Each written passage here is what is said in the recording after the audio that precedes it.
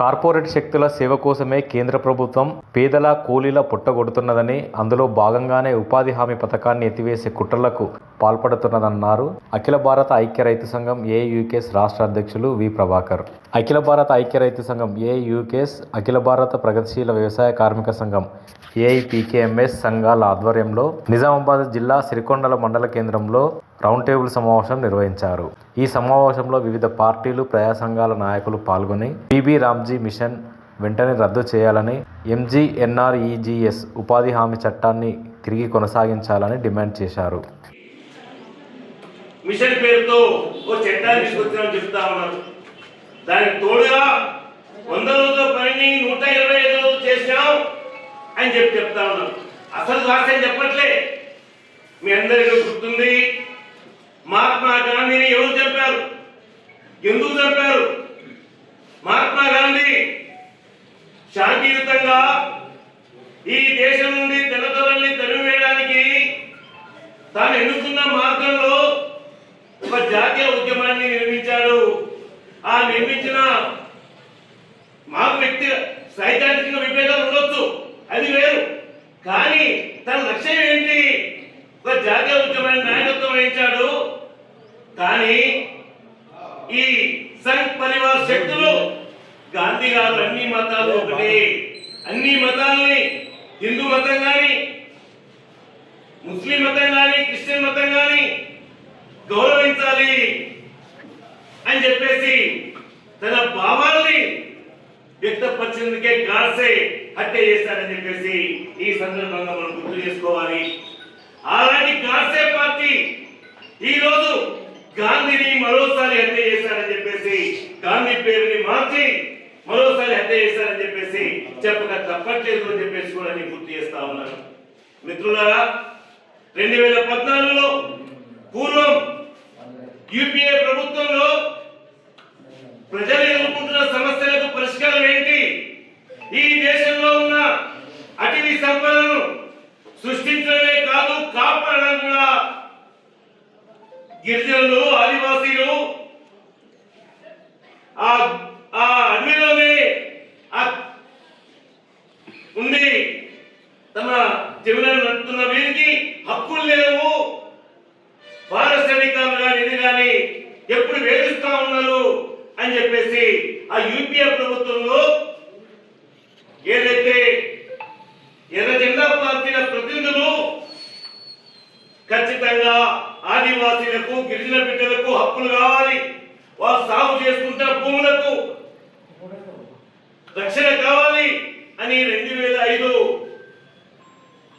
అటవీ చట్టాన్ని తీసుకొచ్చారు. మరోవైపు ఎందెందు వెతికినా అందందు అన్నట్లు అవినీతి చాలా విపరీతంగా అన్ని రంగాల్లో, అన్ని శాఖల్లో పెంచి పెరిగిపోతా ఉంది. కాబట్టి సామాన్య ప్రజలు అధికారుల నుండి సమాచారం పొందాలంటే మేము సమాచారం ఇవ్వం అని చెప్పేసి దబాయించేవాళ్ళు. దాంతో సమాచార హక్కు చట్టం కూడా కావాలి. సామాన్యుడు కూడా ఇవాళ ప్రభుత్వ కేటాయింపుల గురించి కానీ ఇంకోటి కానీ తెలుసుకోవడానికి కావాలని చెప్పేసి ఇదే ఎర్ర జెండా పార్టీలు ఆ సమాచార హక్కు చట్టాన్ని కూడా తీసుకొచ్చినాయి. దీంతో పాటు వ్యవసాయ రంగంలో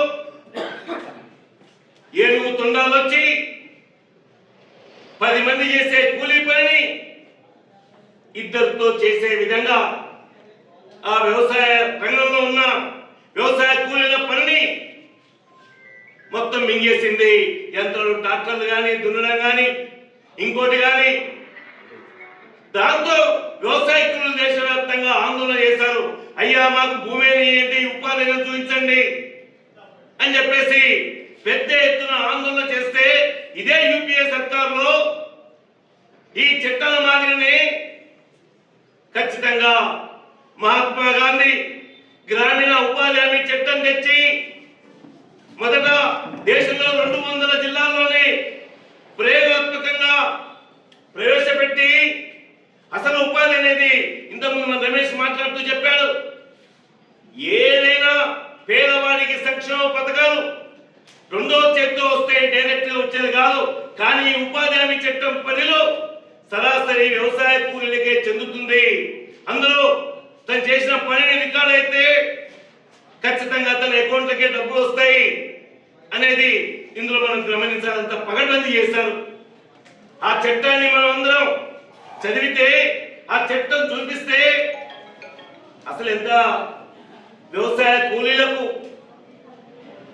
మంచి రక్షణ కలిగిస్తుంది.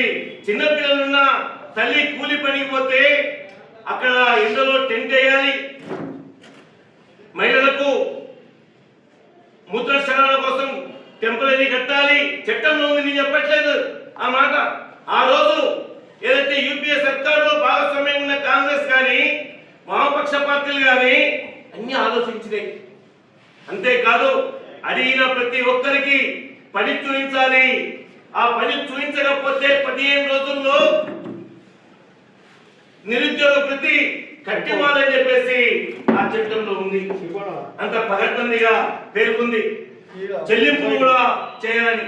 ఎప్పుడైతే ఏఐయుకేఎస్ కార్యదర్శి బి బాబన్న అధ్యక్షతన జరిగిన సమావేశంలో ఏఐపీకేఎంఎస్ రాష్ట్ర ప్రధాన కార్యదర్శి పి రామకృష్ణ, డిసిసి కార్యదర్శి జి ఎర్రన్న, సర్పంచుల సంఘం మండల అధ్యక్షులు చందర్ నాయక్, సిరికొండల మండల సర్పంచ్ సాయి చరణ్, ఉప సర్పంచ్ శోభన్, టీయూసీఐ జిల్లా కార్యదర్శి ఆర్ రమేష్, బుస జనార్దన్, ఏఐయుకేఎస్ జిల్లా కార్యదర్శి ఆర్ దామోదర్, ఏఐపీకేఎంఎస్ జిల్లా కార్యదర్శి ఈ రమేష్, రైతు కార్మిక సంఘం జిల్లా నాయకులు S Suresh, G Kishan, M Saireddy, B Kishore, S Kishore, Ashish, B Kishan, society chairman Chellam Gangadhar, BC సంఘం జిల్లా నాయకులు బండారి నరేష్, సాయిరి నరసయ్య, లికాయత్, ఉప సర్పంచ్ రాము తదితరులు పాల్గొన్నారు.